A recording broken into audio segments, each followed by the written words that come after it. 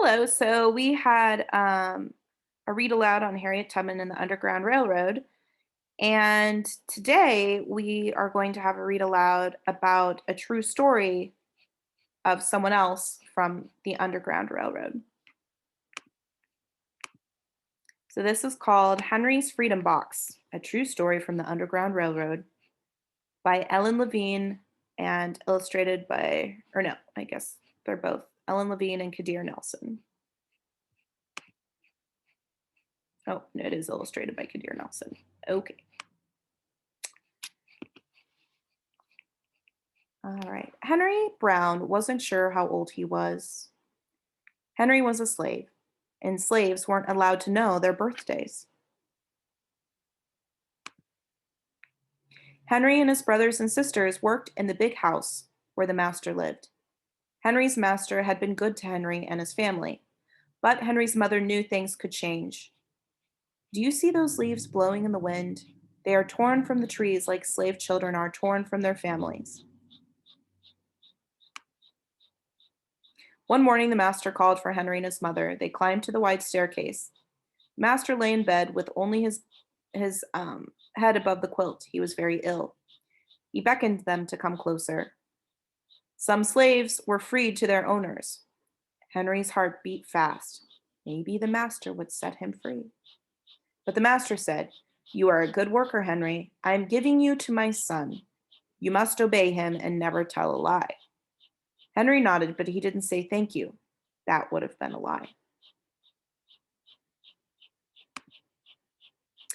Later that day, Henry watched a bird soar high above the trees. Free bird, happy bird, Henry thought. Henry said goodbye to his family. He looked across the field. The leaves swirled in the wind.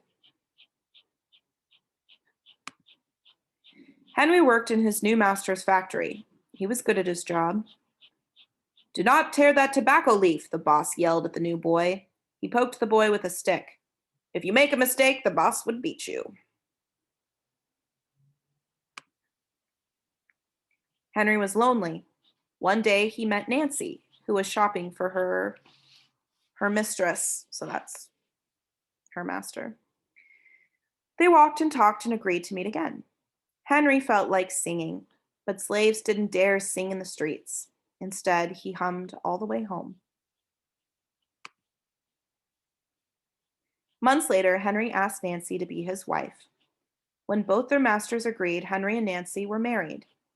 Soon there was a little baby, then another, and another. Henry knew they were very lucky.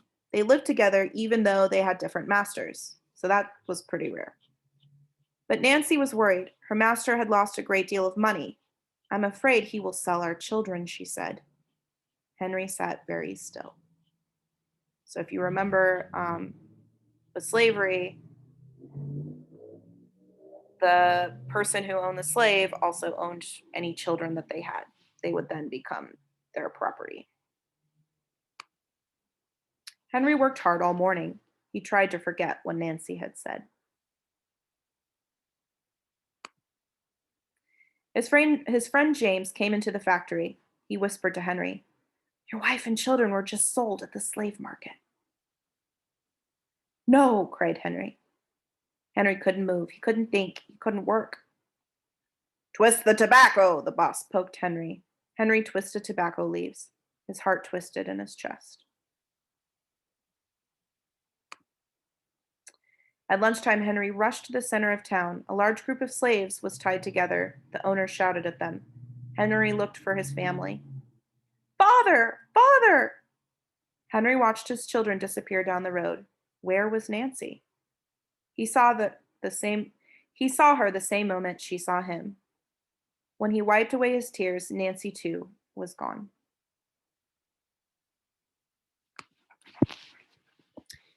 Henry no longer sang. He couldn't hum. He went to work, and at night he ate supper and went to bed.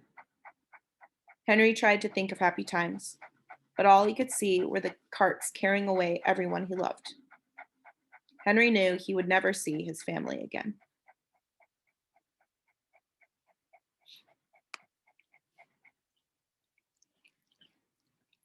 Many weeks passed. One morning, Henry heard singing. A little bird flew out of a tree into the open sky, and Henry thought about being free. But how?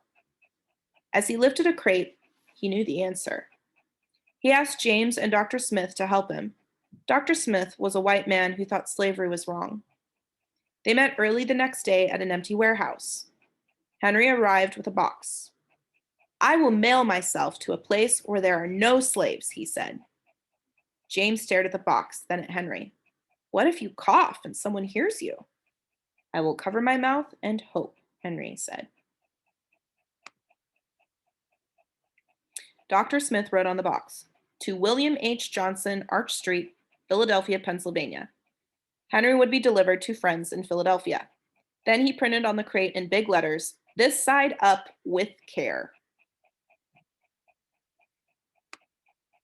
Henry needed an excuse to stay home, or the work boss would think he had run off. James pointed to Henry's sore finger, but Henry knew it wasn't bad enough.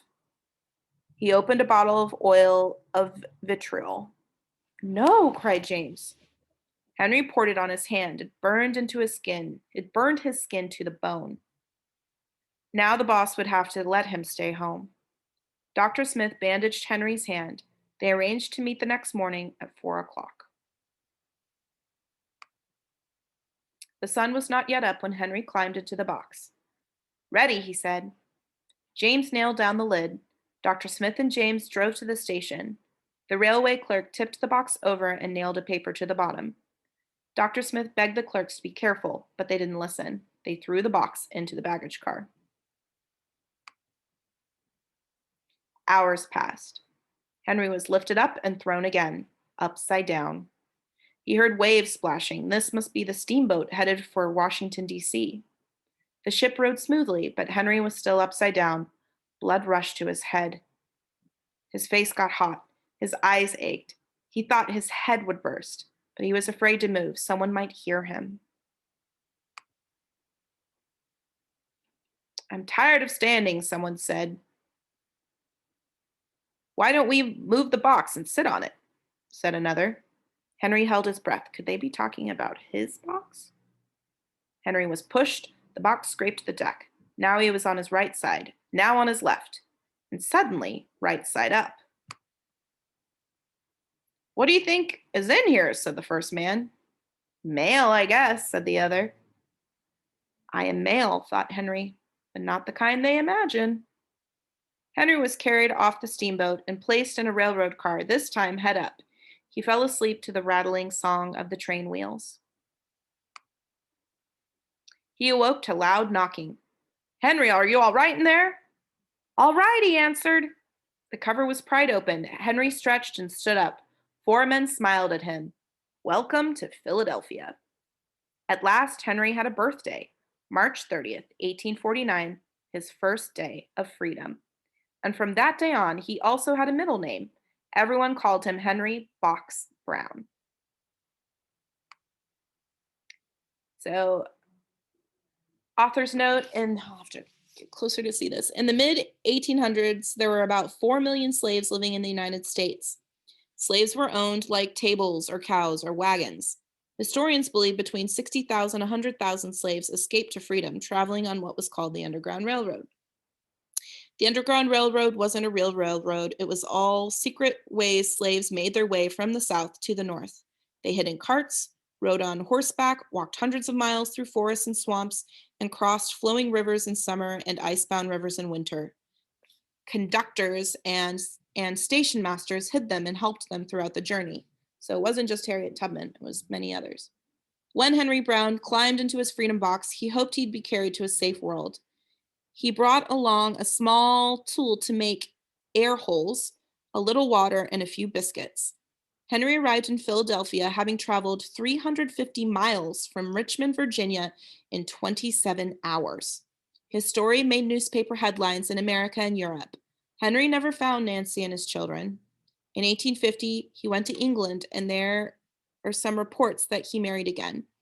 We do know with absolute certainty that Henry Box Brown became one of the most famous runaway slaves on the Underground Railroad, the man who mailed himself to freedom. All right. We'll see you later.